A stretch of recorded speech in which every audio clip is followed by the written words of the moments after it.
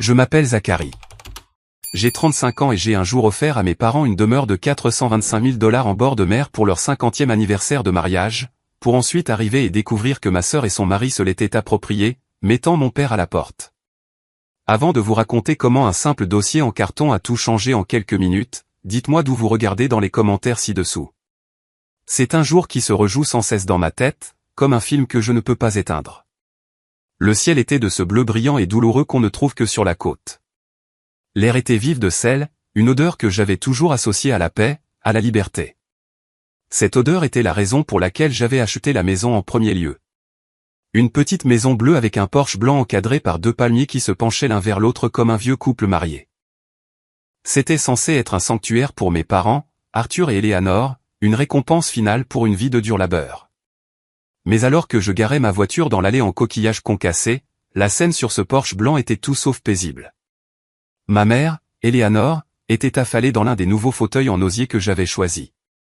Ses épaules tremblaient, et même depuis la voiture, je pouvais entendre le son faible et rauque de ses sanglots. Mon père, Arthur, un homme qui avait affronté des contremaîtres d'usine et des difficultés financières sans jamais sourciller, se tenait là, tremblant. Son visage était pâle, ses mains se serraient et se desserraient à ses côtés, complètement impuissant. Le dominant de toute sa hauteur se tenait Derek, le mari de ma sœur Chloé. Son visage était rouge, une veine pulsant dans son cou épais. Il pointait un doigt vers la porte d'entrée, puis vers la rue. Sa voix tonnait à travers la pelouse manucurée. Un son brutal qui n'avait pas sa place dans ce quartier tranquille. « C'est ma maison. »« Dehors » a-t-il hurlé à mon père. « À mon père. » Et puis je l'ai vue, ma sœur Chloé. Elle était appuyée contre le chambranle de la porte, un sourire narquois aux lèvres. Elle a laissé échapper un petit rire, un son comme des glaçons qui s'entrechoquent dans un verre vide. « Oh, papa, calme-toi, dit-elle, sa voix dégoulinant d'une fausse douceur. On est juste en train de s'installer. Tu devrais être content pour nous. Mon sang s'est glacé. S'installer. Content. J'ai coupé le moteur. Le silence soudain était lourd. Je suis sorti de la voiture. Le crissement de mes chaussures sur les coquillages résonnait comme des coups de feu dans l'air tendu. J'ai commencé à marcher vers le porche. Derek hurlait toujours. Ma mère pleurait toujours. Mon père était toujours figé. Chloé souriait toujours de ce sourire venimeux. Aucun d'eux ne m'a vu au début. Pas avant que j'atteigne la première marche du porche. Puis les yeux de Chloé ont croisé les miens. Le sourire narquois a disparu. Son visage s'est affaissé sous le choc. Le rire est mort dans sa gorge. Elle s'est redressée d'un coup, se tenant droite comme un île. Derek, sentant le changement, a tourné la tête. Sa bouche s'est refermée au milieu d'une tirade. Une vague de silence absolu est tombée sur le porche. Ma mère a levé les yeux, son visage baigné de larmes, un mélange de soulagement et de terreur.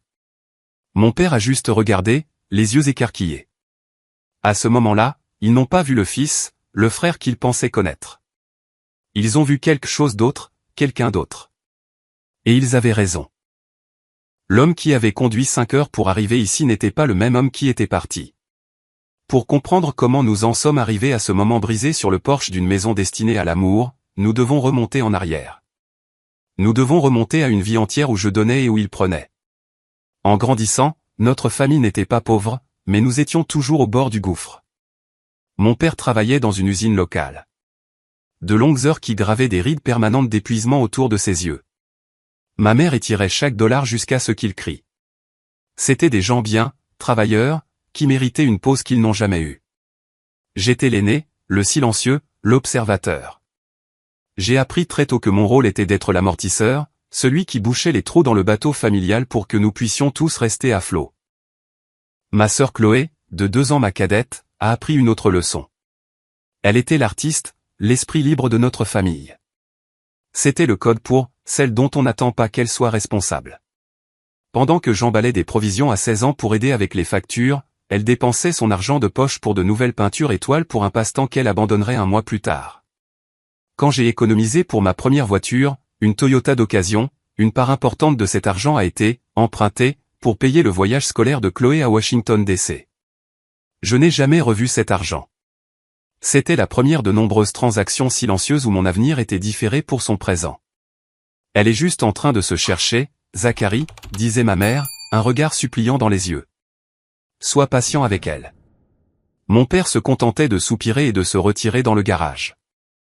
Il évitait les conflits, surtout avec ma mère quand il s'agissait de Chloé. Alors, je suis devenu la carte de crédit non officielle de la famille, celle qu'ils utilisaient sans jamais vérifier le solde. Des manuels scolaires à l'université qu'elle ne pouvait pas se payer.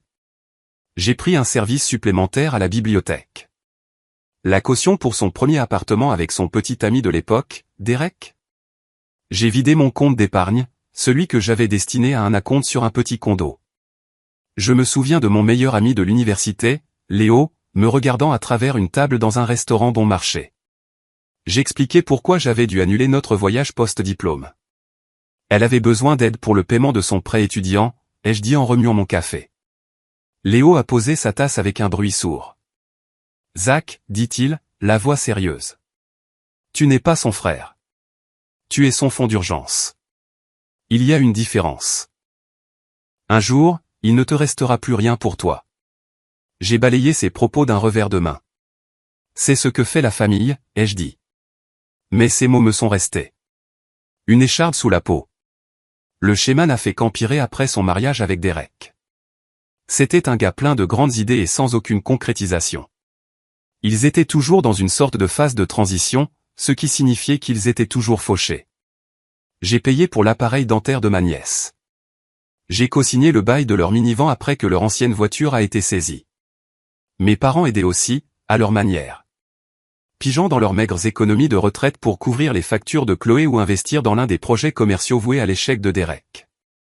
J'ai obtenu un bon poste après l'université, architecte logiciel. Ça payait bien.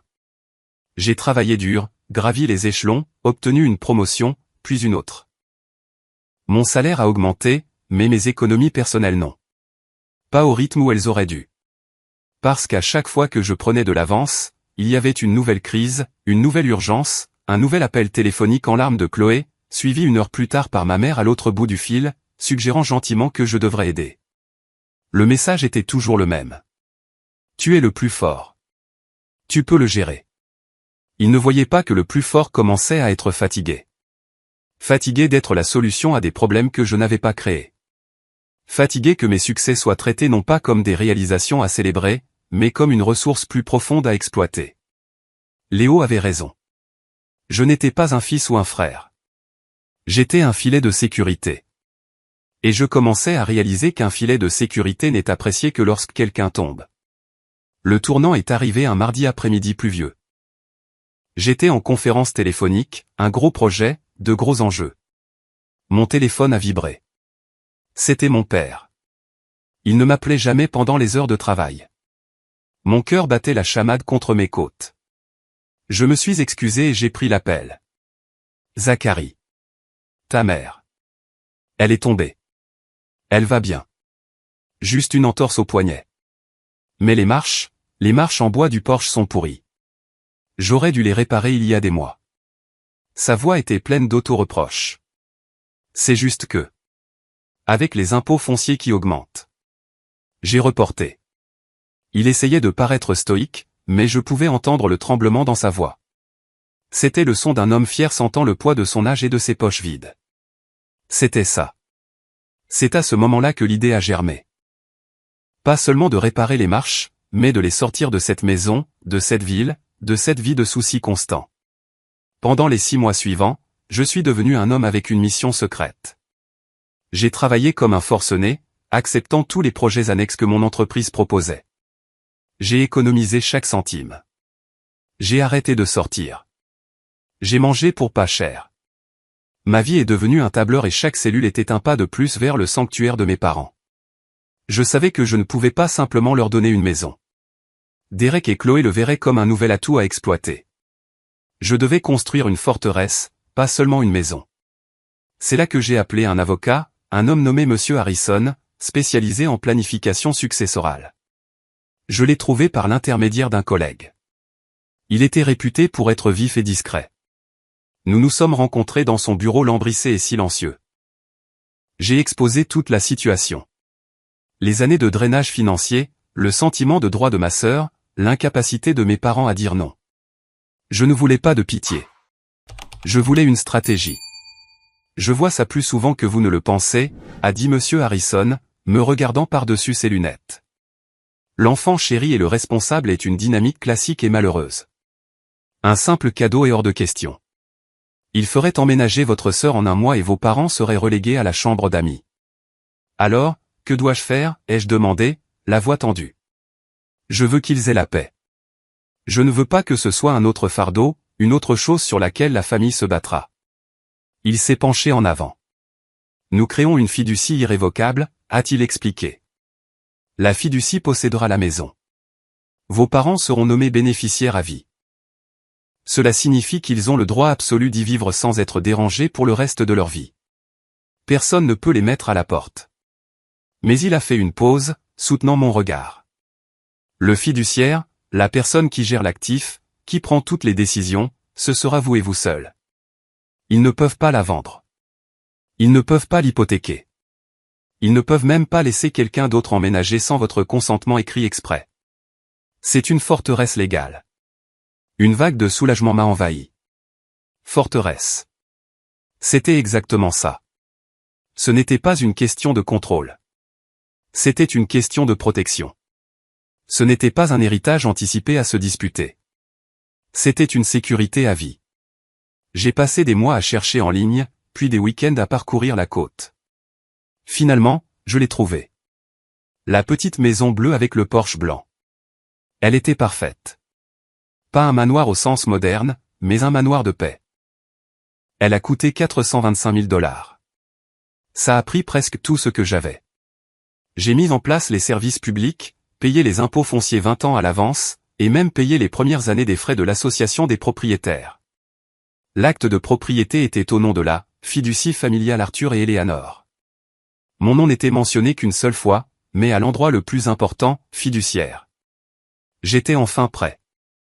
J'étais sur le point de donner à mes parents la seule chose qu'ils n'avaient jamais eue, une vie sans souci. Je n'avais aucune idée que j'étais aussi sur le point de déclencher une guerre. Le jour où je leur ai montré la maison a été l'un des meilleurs de ma vie. Je leur ai dit que nous allions juste faire un tour sur la côte, une petite célébration pré-anniversaire. Ma mère était excitée, bavardant sur les petites villes balnéaires. Mon père était silencieux, regardant simplement le paysage, un petit sourire aux lèvres. J'ai tourné dans la rue, une ruelle tranquille bordée de palmiers. « Pourquoi nous arrêtons-nous ici ?» a demandé ma mère alors que je me garais dans l'allée de la Maison Bleue. « Je veux juste vérifier quelque chose, » ai-je dit, le cœur battant. Nous sommes sortis de la voiture. Ma mère a regardé la maison, une main à la bouche. « Oh, Arthur, regarde cet endroit. C'est comme une carte postale. Je me demande qui vit ici. » J'ai souri, mes mains tremblant légèrement alors que je sortais une petite boîte nouée d'un ruban de ma poche. Je la lui ai tendue. « Vous » ai-je dit doucement. Elle m'a regardé, confuse. Puis elle a ouvert la boîte. À l'intérieur, nichée sur un lit de coton, se trouvait une unique clé en laiton brillant. Mon père s'est approché, regardant la clé, puis moi. Son front était plissé. « Zacharie, qu'est-ce que c'est ?»« C'est à vous, » ai-je dit, la voix pleine d'émotion. « Joyeux 50e anniversaire. La maison est à vous. Tout est payé. Pas d'hypothèque, pas de loyer, juste la paix. » Les yeux de ma mère se sont remplis de larmes. Elle n'a rien dit, a juste laissé tomber la boîte et m'a jeté les bras au cou, sanglotant sur mon épaule. Mon père est resté figé un instant, son visage un masque d'incrédulité. Puis j'ai vu une larme tracer un chemin à travers les rides de sa joue. Il a posé sa main sur mon dos, sa paume calleuse chaude et lourde. « Mon fils » a-t-il murmuré, et sa voix s'est brisée. C'est tout ce qu'il a pu dire. Nous avons passé le reste de l'après-midi à parcourir la maison.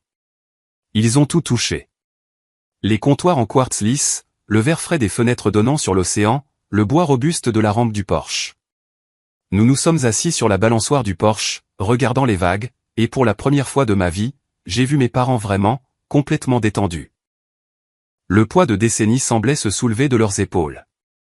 Ça valait chaque centime, chaque nuit blanche, chaque sacrifice. Je me sentais enfin vu. J'avais enfin l'impression d'en avoir fait assez. Dans son excitation, ma mère a pris des photos de tout avec son téléphone. La cuisine, la vue de la chambre, eux deux souriant sur la balançoire du Porsche. Je dois les envoyer à ma sœur, dit-elle avec enthousiasme. Carole n'en reviendra pas, ma tante Carole, la sœur cadette de ma mère. Une commère notoire, mais inoffensive, pensais-je.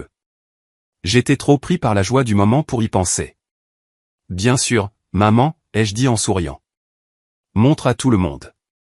Ce soir-là, après les avoir laissés passer leur premier week-end dans leur nouvelle maison, mon téléphone a vibré. C'était une photo de ma mère, un selfie d'elle et de mon père sur le porche, le coucher de soleil peignant le ciel d'orange et de violet derrière eux. Ils avaient l'air d'avoir 20 ans de moins. En dessous, le texte disait « Merci pour notre maison pour toujours, mon fils. Nous t'aimons. » J'ai sauvegardé la photo. Mon cœur était plein. Quelques minutes plus tard, une autre notification est apparue. Ce n'était pas pour moi. C'était une alerte de réseau social. Ma tante Carole avait posté une des photos de ma mère, celle de la maison vue de l'extérieur. Elle avait tagué ma mère, mon père et ma sœur Chloé. La légende disait, pouvez-vous croire la maison que Zacharie a achetée pour Arthur et Éléanore? Certains enfants ont toute la chance, émoticône, clin d'œil. Quel palais! Un nœud d'inquiétude s'est serré dans mon estomac. Je me suis dit que j'étais paranoïaque. C'était juste une tante fière. Mais je ne pouvais pas me défaire du sentiment d'un nuage d'orage s'accumulant par un jour parfaitement clair. Cet émoji clignant de l'œil ressemblait moins à une blague qu'à un détonateur. Je ne savais tout simplement pas que le coup était déjà parti. L'appel téléphonique est arrivé 2 jours plus tard. C'était ma mère. Sa voix était vive et un peu agitée. Zacharie, tu ne devineras jamais qui est là. Chloé et Derek et les enfants viennent d'arriver. Ils voulaient nous faire la surprise et voir la nouvelle maison. N'est-ce pas adorable? Le nœud dans mon estomac s'est resserré. Waouh, c'est inattendu, ai-je dit, en essayant de garder ma voix égale. Quand sont-ils arrivés? Oh, il y a juste 1 heure. Ils vont rester pour le week-end. Nous aider à déballer les dernières boîtes. Ce sera si agréable d'avoir toute la famille ici. Toute la famille. L'expression semblait de mauvais augure. Un week-end. Je me suis dit que ce n'était qu'un week-end. Ils habitent à 3 heures de route. C'est un long trajet. Il est logique qu'ils restent dormir. J'étais cynique. Mais le lendemain, un autre appel. Cette fois, sa voix était moins vive. C'est juste que... Chloé a tellement de bonnes idées pour l'endroit, dit-elle avec hésitation. Elle pense que la chambre d'amis serait mieux en salle de jeu pour les enfants et que la grande chambre avec vue sur l'océan devrait être la leur puisque, tu sais, ils ont les enfants et ont besoin de plus d'espace. J'ai serré le téléphone. Maman, c'est votre chambre. Je l'ai spécifiquement choisie pour toi et papa à cause de la vue. Je sais, chérie. Je sais. Mais Chloé dit que nous pouvons prendre la plus petite chambre. Nous n'avons pas besoin de tout cet espace. Elle essaie juste d'être pratique. Et Derek. Derek parle déjà de construire une nouvelle terrasse à l'arrière. Il dit que celle qui est là est trop petite pour recevoir. Ma mâchoire s'est crispée. Ce n'était pas de l'aide. C'était de la colonisation. Ils marquaient leur territoire. Maman, ai-je dit, ma voix ferme mais calme. C'est votre maison. C'est à vous et à papa de décider où vous dormez. Vous décidez pour la terrasse. Pas Chloé. Pas Derek. Il y eut une pause. Je l'ai entendu soupirer. Un son long hélas. Tu as raison. Je sais. C'est juste plus facile de ne pas se disputer. Ils se fâchent si vite. C'était le cœur du problème. La vie entière de mes parents avait été structurée autour d'un seul principe, faire tout ce qu'il faut pour que Chloé ne se fâche pas. À la fin de la semaine, la visite du week-end s'était étendue à 5 jours. Les appels de ma mère sont devenus plus rares. Quand elle appelait, elle semblait fatiguée. Je pouvais entendre les enfants crier en arrière-plan, le vacarme d'une télévision. Ça ne ressemblait pas à une maison de retraite paisible. Ça ressemblait à une garderie. J'ai essayé d'appeler mon père. Il a répondu, mais sa voix était brusque. Tout va bien, mon fils. Vraiment, papa? Un autre soupir. Celui-ci plus profond, rempli d'une résignation qui me faisait peur. Derek est enthousiaste. Il a déplacé le barbecue de l'autre côté du porche. Il dit qu'il y a plus de soleil là-bas. Ta mère n'aime pas ça. Mais bon. Tu sais. Je savais. Il traçait une ligne dans le sable. Un petit territoire insignifiant à la fois. Le barbecue, la chambre, la terrasse. Il testait les limites, et il découvrait qu'il n'y en avait aucune. La goutte d'eau a fait déborder le vase le vendredi, une semaine complète après leur arrivée. C'était un texto de ma mère. Chloé et Derek ont décidé de rester pour l'été. Ils pensent que ce serait mieux pour les enfants d'être près de la plage. Et Derek pense qu'il peut gérer la propriété pour nous. Gérer la propriété. Les mots m'ont frappé comme un coup physique. La forteresse que j'avais si soigneusement construite était en train d'être prise de l'intérieur, et mes parents étaient ceux qui tenaient les portes ouvertes. J'ai su alors qu'un appel téléphonique ne réglerait pas ça. Je ne pouvais pas leur demander de mener une bataille qu'ils avaient déjà abandonnée des décennies auparavant. Je devais y retourner. Je devais la mener pour eux. Avant même de pouvoir répondre au texto de ma mère, mon téléphone a de nouveau vibré. C'était un numéro que je ne reconnaissais pas, avec le même indicatif régional que la maison de la plage. J'ai failli l'ignorer, mais quelque chose m'a poussé à répondre. « Est-ce bien Zacharie ?» a demandé une voix de femme. Elle était hésitante, basse. « Oui. »« Qui est-ce ?»« Je m'appelle Brenda. Je suis la voisine de la nouvelle maison de vos parents. Je ne veux pas causer de problème, mais je pensais que vous devriez savoir quelque chose. » Je me suis assis. « D'accord, » ai-je dit lentement. « De quoi s'agit-il ? » « J'ai rencontré vos parents le jour de leur emménagement, » dit-elle, sa voix se réchauffant légèrement. « Ce sont les personnes les plus adorables, si excitées. Mais la famille qui est arrivée il y a quelques jours. Ils sont très différents. L'homme, Derek, il est bruyant. » Elle a fait une pause. J'étais sur ma terrasse cet après-midi et il était au téléphone juste de l'autre côté de la clôture. Il parlait de louer la maison sur Airbnb. Il en riait. Il a dit quelque chose comme « Ouais, on se fera $6 000 par mois facile en été. Les vieux pourront avoir la chambre du fond. Ils ne sauront même pas ce qui se passe. » L'air m'a manqué. Il ne s'agissait pas seulement de prendre le contrôle. Il s'agissait d'en profiter. D'utiliser mon cadeau, la maison de mes parents, comme une machine à sous. L'audace pure de la chose, la cupidité froide et calculatrice. C'était à couper le souffle. « Merci, Brenda », ai-je réussi à dire, ma voix rauque. « Merci de me l'avoir dit. Vous avez bien fait. »« Je l'espère », dit-elle doucement. « Vos parents semblent si fragiles. » J'étais inquiète. Nous avons raccroché. Le téléphone semblait être un bloc de glace dans ma main. Il n'aurait même pas à se soucier de l'hypothèque. C'était du pur profit, une entreprise commerciale construite sur les fondations de mon amour pour mes parents. La colère qui couvait depuis des années a commencé à bouillir. Et puis, comme par hasard, mon téléphone a de nouveau sonné. Cette fois, c'était ma mère. J'ai répondu, mon pouce tremblant. « Zacharie » a-t-elle murmuré. Sa voix était faible et brisée. Je pouvais l'entendre pleurer. « Oh, Zacharie. Maman, qu'est-ce qui ne va pas? Que s'est-il passé? » C'est Derek, a-t-elle sangloté. « Ton père. Il a juste demandé à Derek de baisser un peu la musique. Le bébé dormait. Et Derek. Il s'est tellement mis en colère. Il s'est levé et il a crié sur ton père. Il lui a dit que s'il n'aimait pas le bruit dans sa maison, il pouvait aller s'asseoir dans la voiture. » J'ai fermé les yeux. Une vague rouge a envahi ma vision. Il avait menacé mon père. Il avait fait pleurer ma mère. Il avait franchi une ligne qui ne pourrait jamais être effacée. Où est papa maintenant? Ai-je demandé, ma voix dangereusement calme. Il est juste assis sur le porche, à regarder l'océan. Il ne veut pas me parler.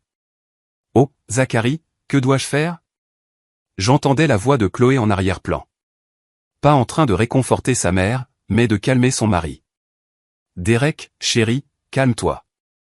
Il ne le pensait pas. Tu sais comment sont les personnes âgées. C'en était trop. Le dernier fil de patience, d'obligation familiale, de jouer au gentil garçon, a cédé. Il ne prenait pas seulement une maison. Il démantelait systématiquement la dignité de mes parents, morceau par morceau, dans le sanctuaire même que j'avais construit pour la protéger. Maman, ai-je dit, et ma voix était celle d'un étranger. Froide, dure et claire. Écoute-moi. Ne fais rien. Ne dis rien. J'arrive. Je serai là dans 5 heures. Qu'est-ce que tu vas faire, a-t-elle murmuré, terrifiée par la réponse. Je vais mettre fin à tout ça, ai-je dit. Au moment où j'ai raccroché, la rage s'est solidifiée en autre chose. Un but. Un sens de mission froid et clair. Pendant des années, j'avais joué en défense. J'avais réagi à leurs crises, colmaté leurs fuites financières et absorbé leurs retombées émotionnelles. C'était terminé. Il était temps de passer à l'offensive. Mon esprit, habitué à concevoir des systèmes logiciels complexes, a commencé à architecturer un autre type de solution. Une avec des pare-feux, des protocoles d'accès et une tolérance zéro pour l'erreur. Je n'allais pas simplement y aller et crier. Crier, c'était leur jeu. C'était désordonné, émotionnel et finalement inefficace. Mon jeu, c'était la logique, la préparation et une force écrasante.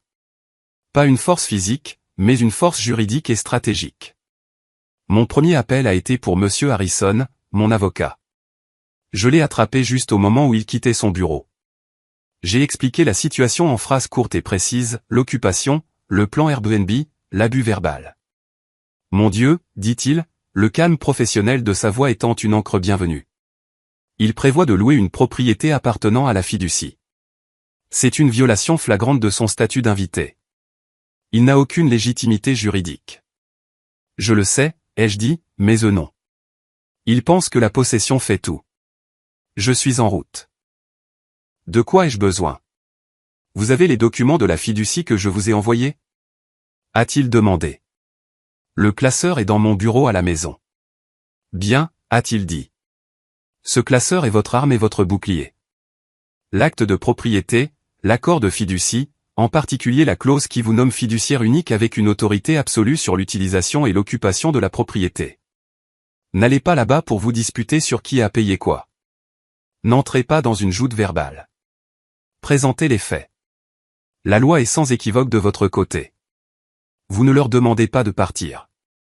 Vous les informez de leur obligation légale de quitter la propriété que vous gérez. Ces mots m'ont recentré. Ce n'était plus une querelle de famille. C'était une procédure légale, un litige propriétaire-locataire où les locataires n'avaient pas de bail. Mon appel suivant a été pour le numéro que Brenda, la voisine, m'avait donné. Il appartenait à une Madame Gable, la présidente de l'association des propriétaires de la communauté. J'ai expliqué qui j'étais et ce que j'avais appris sur l'annonce Airbnb. Sa réponse a été immédiate et glaciale. Absolument pas. Nos règlements interdisent strictement les locations à court terme de moins de 6 mois. C'est dans les statuts que chaque propriétaire reçoit. C'est une communauté résidentielle, pas une zone hôtelière. Si une propriété est listée, le propriétaire officiel est passible d'une amende de 5 000 $ pour la première infraction. La propriété appartient à une fiducie, ai-je précisé. Je suis le fiduciaire. Alors vous, monsieur, seriez celui qui recevrait l'amende, a-t-elle dit sèchement. Je vous suggère de gérer cela avec une extrême diligence. C'est mon intention, Madame Gable, ai-je dit. Merci pour l'information. Mon dernier appel a été pour un serrurier ouvert 24h24 dans la ville près de la maison de la plage. J'ai expliqué que j'étais le fiduciaire d'une propriété et que j'aurais besoin d'un changement complet de toutes les serrures extérieures ce soir-là. J'ai pris rendez-vous pour 21h. L'homme au téléphone, Victor, n'a posé aucune question. Il a juste dit, on se voit à 21h. J'ai fait un sac, attrapé le lourd classeur de documents de la fiducie dans mon bureau et je suis monté dans ma voiture. Le trajet de 5 heures s'étendait devant moi. Un ruban d'asphalte menant à une confrontation que j'avais passé toute ma vie à éviter. Mais il n'y avait ni peur, ni hésitation. La partie de moi qui avait toujours reculé devant les conflits avait disparu. Consumé par la fureur d'un fils dont les parents avaient été menacés. Alors que je m'engageais sur l'autoroute, le soleil couchant saignant à travers le ciel, mon téléphone a vibré. C'était Léo. Je ne lui avais même pas dit ce qui se passait. Il devait avoir un 6e sens. Ça va, disait le texto. Tu es silencieux. J'ai tapé une courte réponse. Je pars en guerre, mon ami.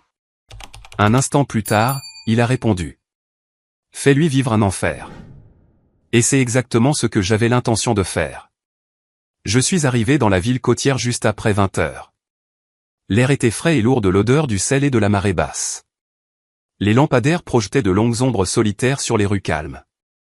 Au lieu de conduire directement à la Maison Bleue, je me suis garé sur le parking d'un petit hôtel quelconque à quelques kilomètres de là.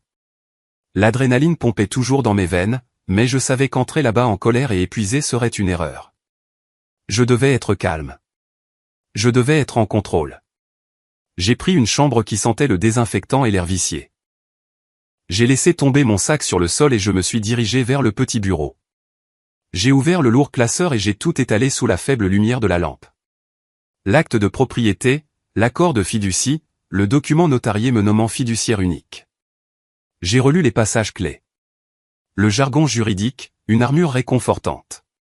Autorité absolue, seule discrétion, droit d'occupation. Ce n'étaient pas des suggestions. C'étaient des commandements écrits dans la langue de la loi. Puis j'ai sorti mon ordinateur portable. Je suis allé directement sur le site d'Airbnb. Il m'a fallu moins de 5 minutes pour la trouver. Ma belle maison bleue, mon cadeau de paix, était listé comme « charmante escapade en bord de mer, à quelques pas de l'océan ». Les photos avaient été prises avec le téléphone de Derek. Elles étaient floues et mal éclairées. Il avait même inclus une photo de la chambre principale, la chambre de mes parents, avec Chloé et lui faisant un pouce en l'air sur le lit. La photo de mariage de ma mère toujours sur la table de nuit. La violation semblait profonde, dégoûtante. Il vendait l'intimité de ma famille pour quelques centaines de dollars par nuit. L'annonce était pleine de sa bravade habituelle. Géré par une famille locale sympa, l'endroit parfait pour votre fête d'été. Il y avait déjà 2 réservations pour la semaine suivante. J'ai pris des captures d'écran méticuleuses de tout. Les photos, la description, le calendrier montrant les réservations, le profil utilisateur qu'il avait créé. Je les ai sauvegardés dans un dossier sur mon bureau, puis je les ai imprimés en utilisant le centre d'affaires de l'hôtel. J'ai ajouté les impressions à ma pile de documents. Des preuves. Froides, dures, indéniables de ses intentions. J'ai regardé mon téléphone. Un appel manqué de ma mère. Un texto. Tu es bientôt là? J'ai peur. J'ai pris une profonde inspiration. La peur dans son message n'a fait que renforcer ma résolution. J'ai répondu par texto. Juste un peu de circulation. J'arrive bientôt. Ne t'inquiète pas, maman. Je gère. Je suis resté assis quelques minutes de plus dans le silence de la chambre d'hôtel bon marché. J'ai pensé au petit garçon effrayé que j'étais. Celui qui se cachait dans sa chambre quand ses parents se disputaient pour l'argent. J'ai pensé au jeune homme qui avait abandonné ses propres rêves pour boucher les trous de sa sœur.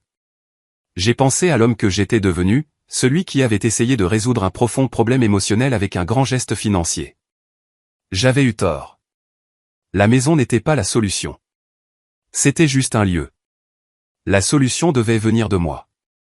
Ce devait être une ligne tracée non pas dans le sable, mais dans la roche solide. J'ai rassemblé les papiers, les arrangeant dans un ordre précis.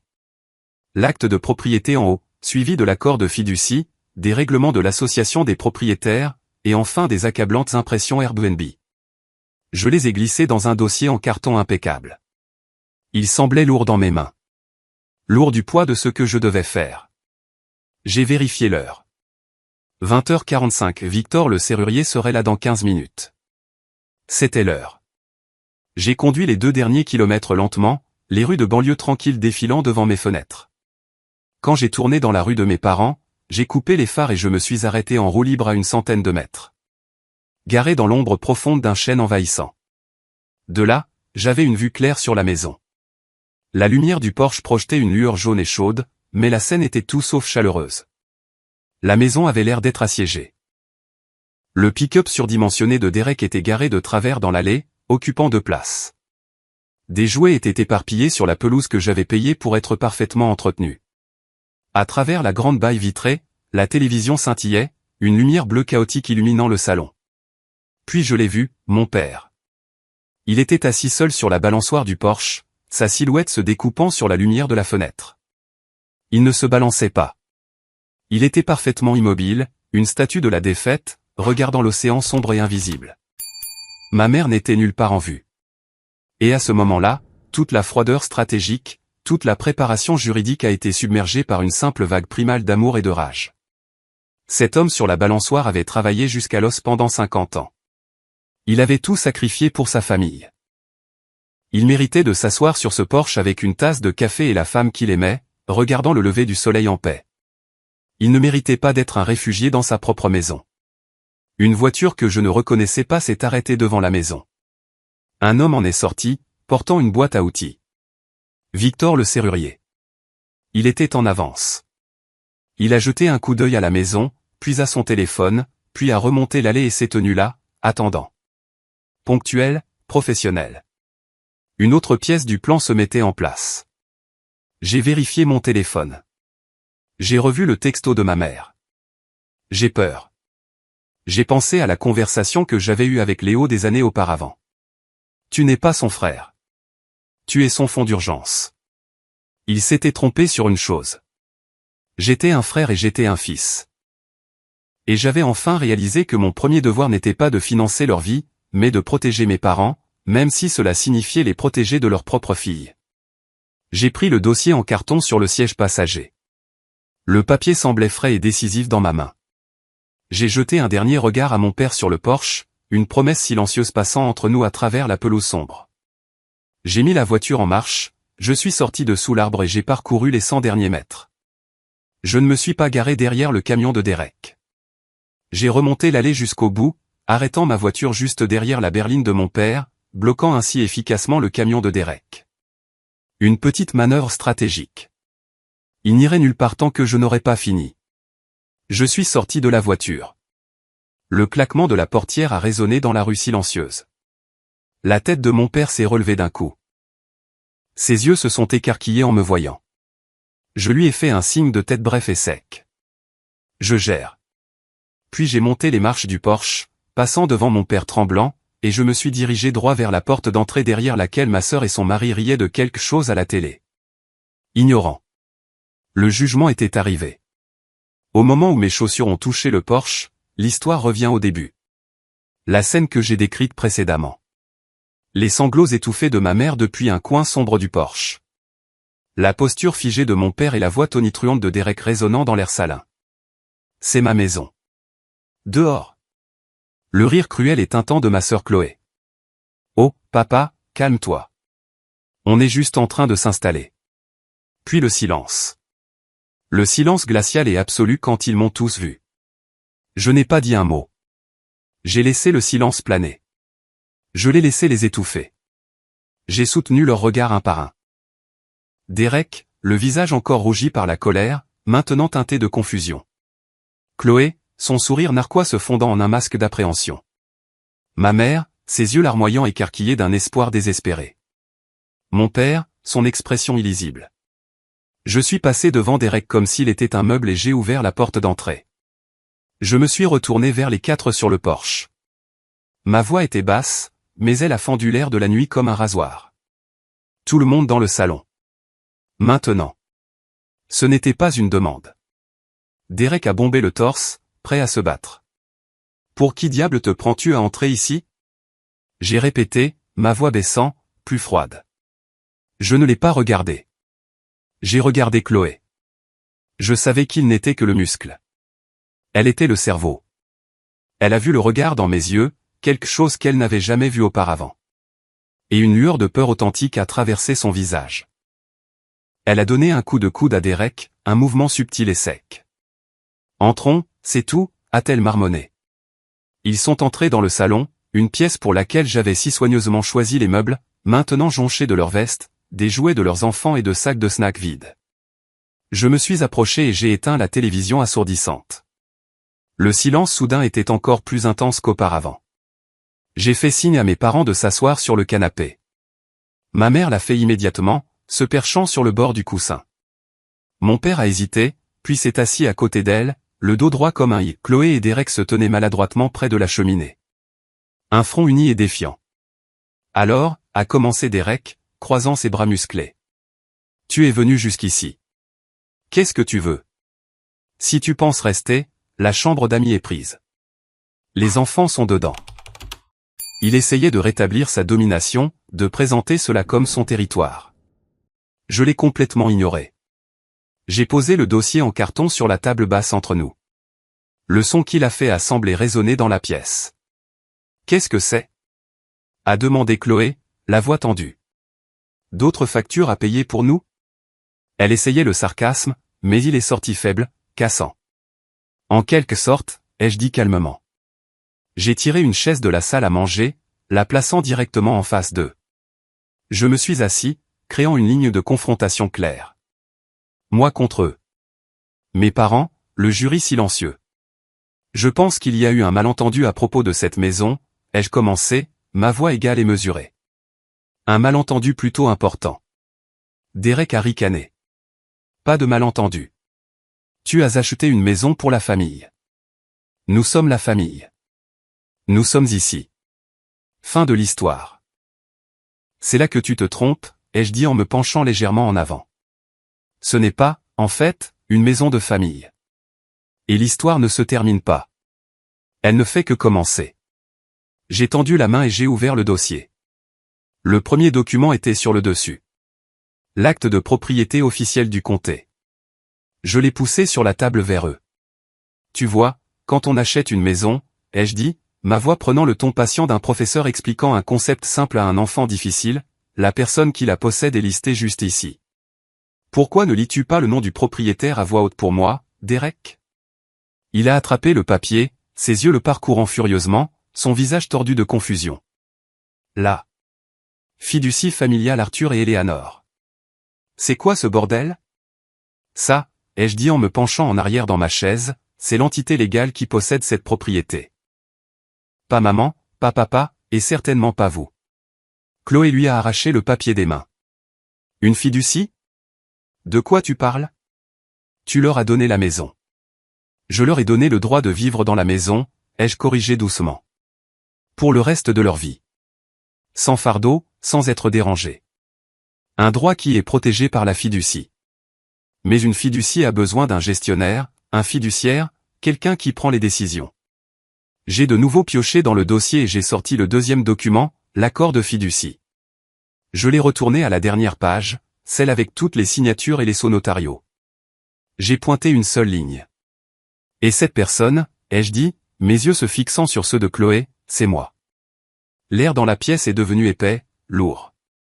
Chloé a regardé le document, la bouche légèrement entr'ouverte. Derek a juste regardé d'avant en arrière entre le papier et mon visage. Les rouages de son cerveau lent se bloquant. Fiduciaire, a finalement murmuré Chloé, le mot étranger sur sa langue. Fiduciaire unique, ai-je précisé, avec une autorité absolue concernant la gestion, l'utilisation et l'occupation de cette propriété. Tout est là. Section 4, paragraphe B. N'hésite pas à le lire. Mon avocat, Monsieur Harrison, est très méticuleux. Le mot « avocat » a flotté dans l'air, un signal clair que ce n'était plus une discussion de famille. Derek a finalement retrouvé sa voix. C'était un grognement sourd. Tu ne peux pas faire ça. C'est l'héritage de notre famille. Tu essaies de nous arnaquer. Un héritage, c'est quelque chose que l'on reçoit après la mort de quelqu'un, ai-je dit froidement.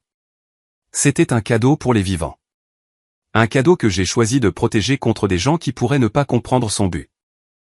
Des gens, par exemple, qui pourraient le voir comme une propriété de location commerciale.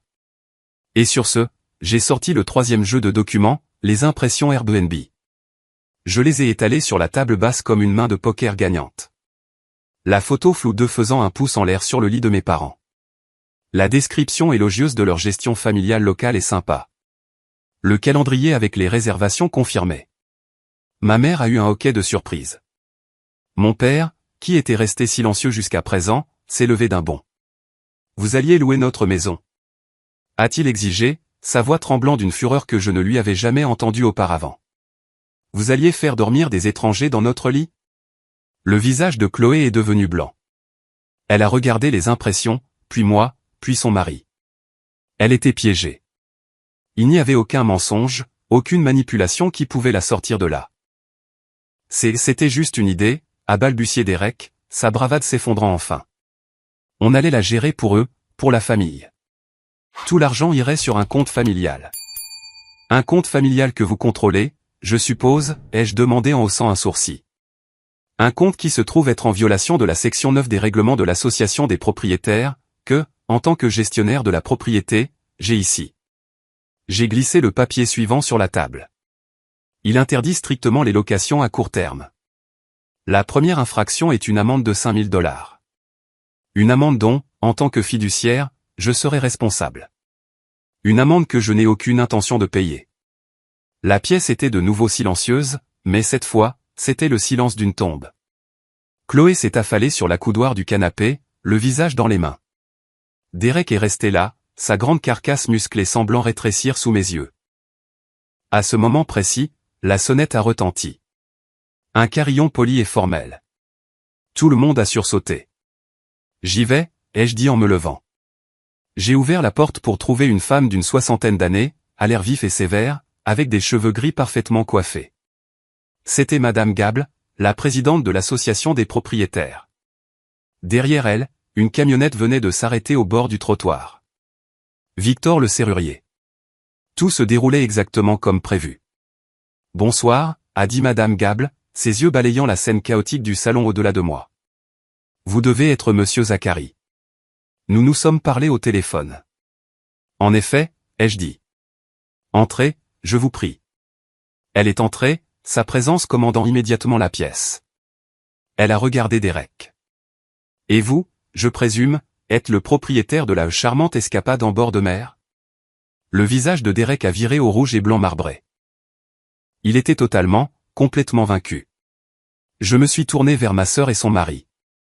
Ma voix était calme, dépourvue de colère, dépourvue de tout sauf de finalité. « Vous avez 1 heure pour faire vos valises et quitter ma propriété, ai-je dit.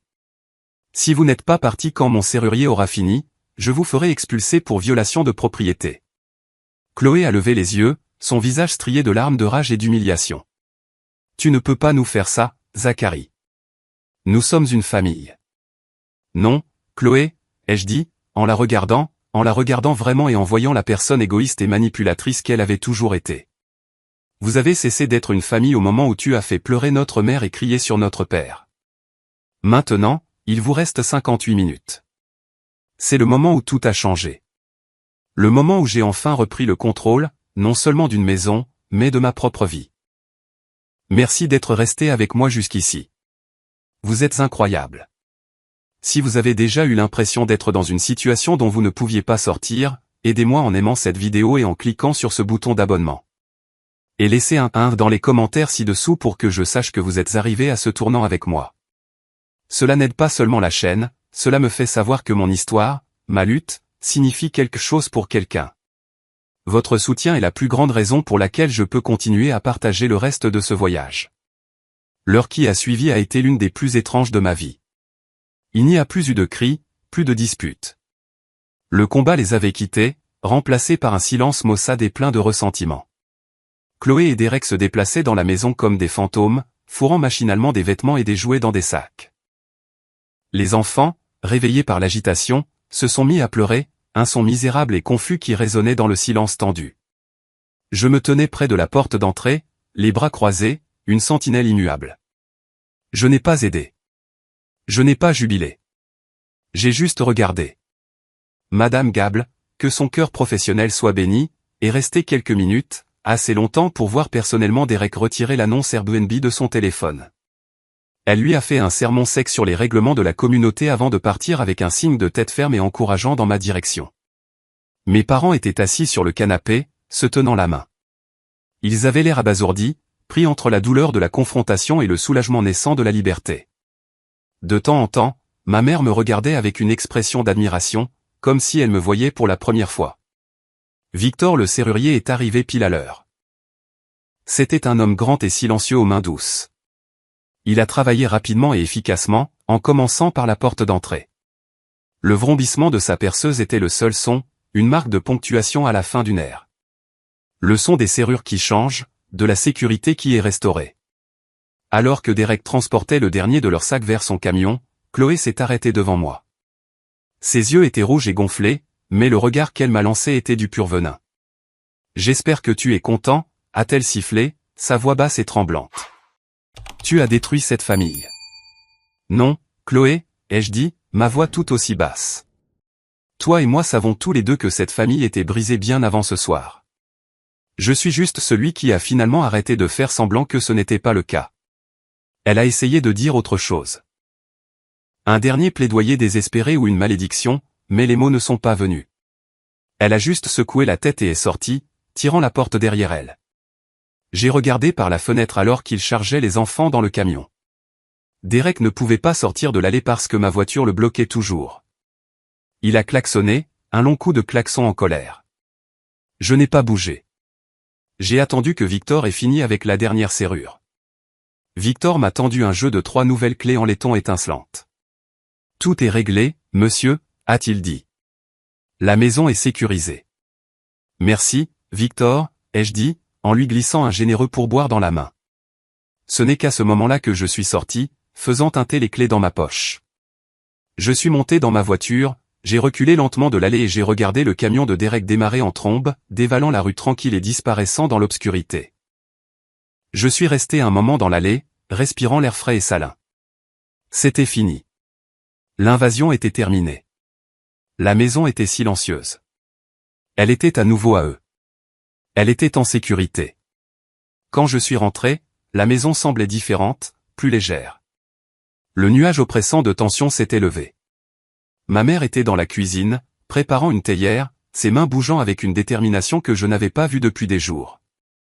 Mon père se tenait près de la grande fenêtre, regardant l'océan. Je me suis approché et je me suis tenu à côté de lui. Pendant un long moment, nous avons juste écouté le bruit des vagues s'écrasant sur le rivage. « Je suis désolé que tu aies eu à faire ça, mon fils, a-t-il dit finalement, sa voix rauque. « Je ne le suis pas, ai-je dit. Je suis désolé de ne pas l'avoir fait plus tôt. » Il s'est tourné pour me regarder, et dans ses yeux, j'ai vu une compréhension profonde et douloureuse. « J'aurais dû, a-t-il dit, son regard tombant au sol. Quand il m'a crié dessus. Un homme ne devrait pas laisser un autre homme lui parler comme ça dans sa propre maison.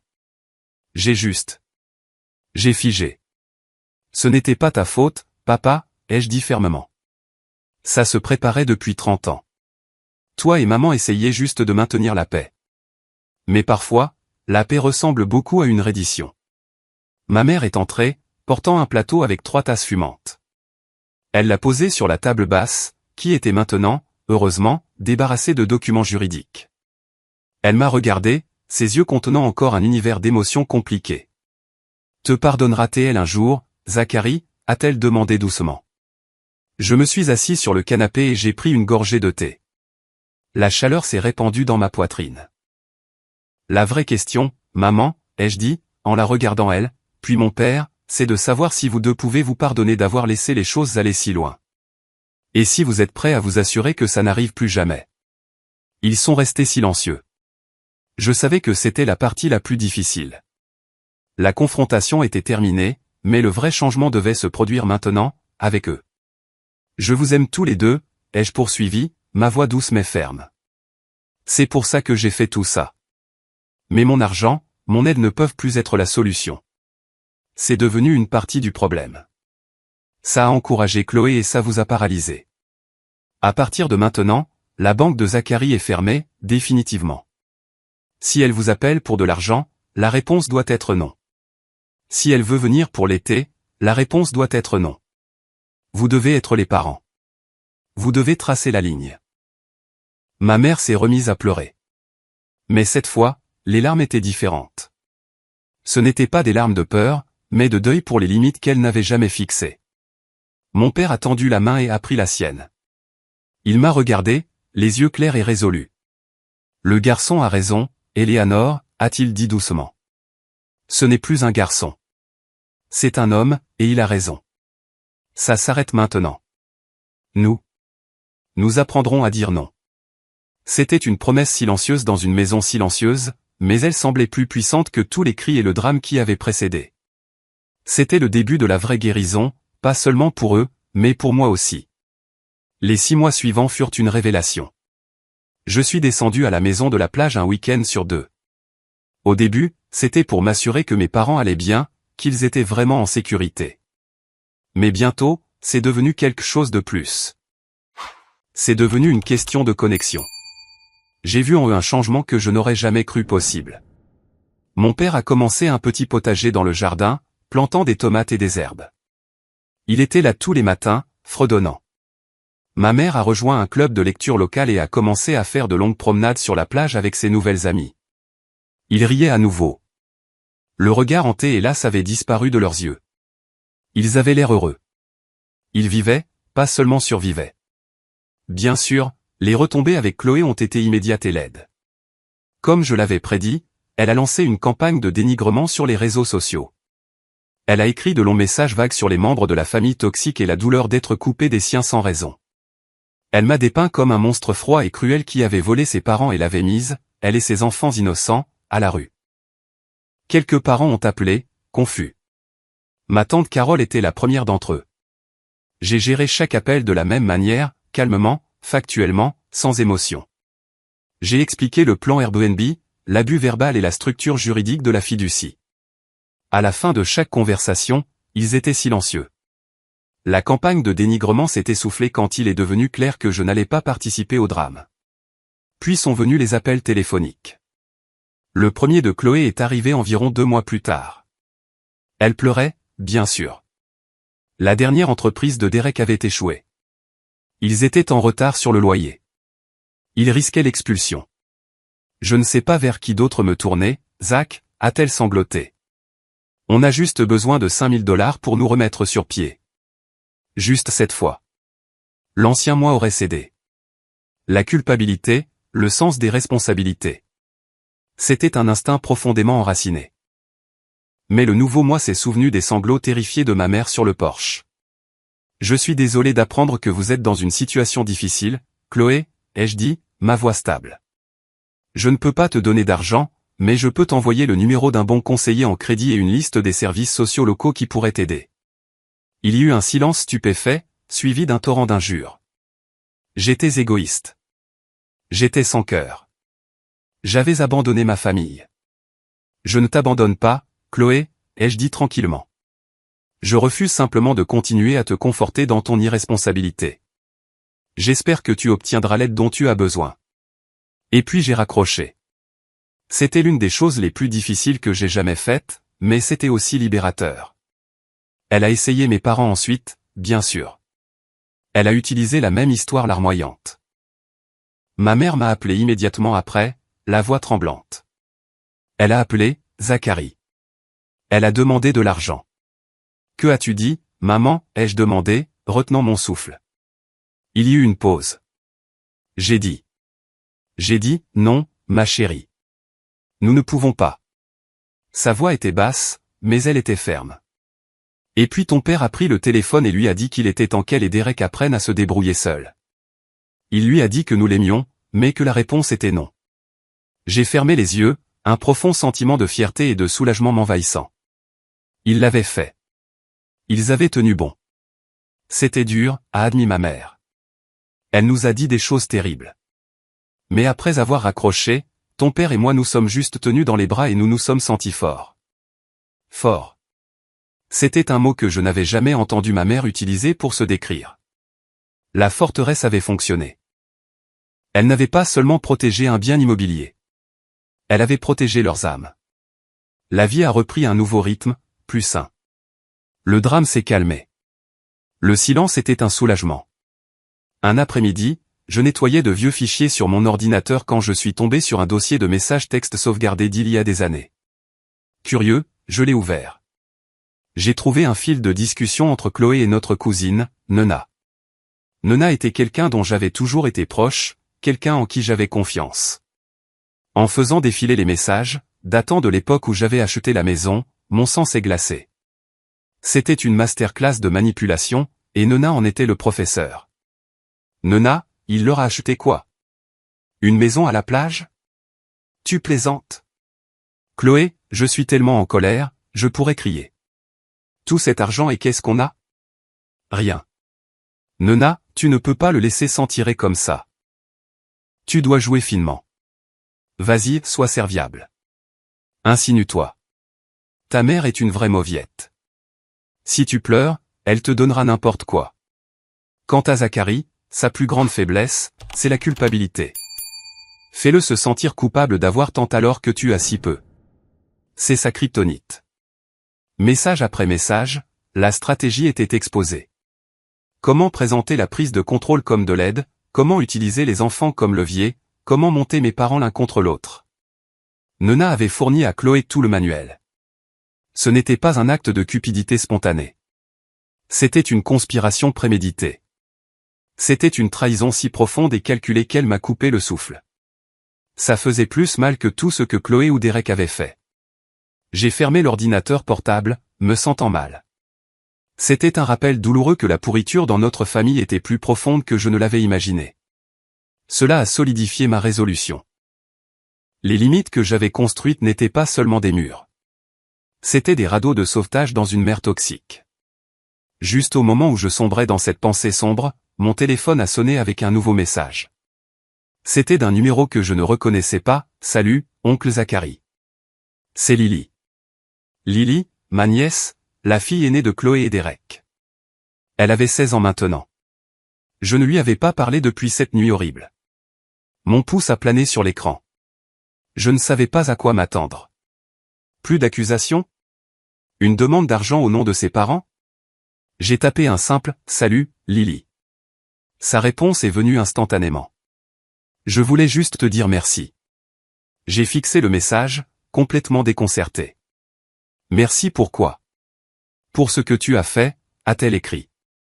Pour avoir tenu tête à mon père, pour avoir sauvé cette maison pour mamie et papy. Ils m'envoient des photos parfois. Ils ont l'air vraiment heureux. Il y eut une longue pause avant que le message suivant n'arrive. Les choses ont été difficiles. Maman et papa se disputent beaucoup pour l'argent, pour tout. Mais je me suis trouvé un travail à temps partiel. J'économise pour une voiture, pour mon propre fonds d'études. Je ne veux pas être comme eux. Mes yeux se sont embués. Au milieu de tous ces débris, voici le seul et unique germe d'espoir. Une jeune fille de 16 ans qui avait vu la laideur de près et avait choisi un chemin différent. Elle brisait le cycle.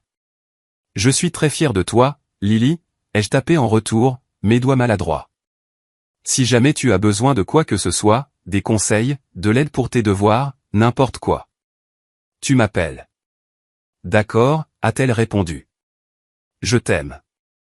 C'était un message simple, mais c'était tout. C'était un pont à travers le gouffre qui s'était ouvert dans notre famille. C'était une promesse que l'avenir n'avait pas à ressembler au passé. Il y a quelques semaines, j'étais assis sur la balançoire du porche de la Maison Bleue. C'était la fin de l'après-midi et le soleil commençait sa lente descente, peignant le ciel de touches d'orange et d'or. Mon père arrosait ses plants de tomates, un air content sur le visage. Ma mère était assise à côté de moi, lisant la dernière sélection de son club de lecture, un silence confortable s'installant entre nous. La maison n'était plus seulement une propriété ou un actif juridique. Elle était devenue ce que j'avais toujours voulu qu'elle soit, un foyer, un lieu de paix authentique. Les serrures sur les portes ne servaient pas seulement à empêcher les gens d'entrer. Elles servaient à créer un espace où mes parents pouvaient se sentir inconditionnellement en sécurité, à l'abri des tempêtes émotionnelles qu'ils avaient endurées si longtemps. J'ai pensé au chemin parcouru pour arriver ici. La colère, la trahison, la confrontation douloureuse. J'ai pensé à Chloé et Derek, luttant quelque part, piégés dans les conséquences de leur propre choix. J'ai ressenti une pointe de tristesse pour eux, non pas pour leur situation, mais pour ce qu'ils avaient perdu, pour l'amour qu'ils avaient gaspillé. J'ai pensé à la traîtrise de Nona et au courageux message de Lily. La famille est une chose compliquée. Nous la considérons comme un sanctuaire inconditionnel, mais parfois, les personnes qui sont censées vous aimer le plus sont celles qui causent le plus de mal. J'ai appris que l'amour ne consiste pas en un sacrifice sans fin. Il ne s'agit pas de s'immoler par le feu pour tenir les autres au chaud. Le véritable amour, celui qui dure, exige le respect, et le respect exige des limites. Je pensais que mon grand geste, la maison elle-même, était l'expression ultime de mon amour. Mais j'avais tort. L'expression ultime de mon amour était le dossier en carton. C'était le mot « non ». C'était l'acte de changer les serrures. Parce que l'amour ne consiste pas à couvrir le mauvais comportement de quelqu'un. L'amour est une maison bien éclairée avec des portes qui se ferment à clé. Les limites ne sont pas cruelles. Elles sont la reconnaissance tranquille et constante que votre propre paix a de l'importance. C'est ainsi que l'amour maintient la lumière du Porsche allumée sans incendier tout le quartier. Et assis là, regardant le soleil plonger sous l'horizon avec les deux personnes qui m'ont donné la vie, je me suis enfin senti en paix moi-même. La tempête était passée. Nous étions à la maison.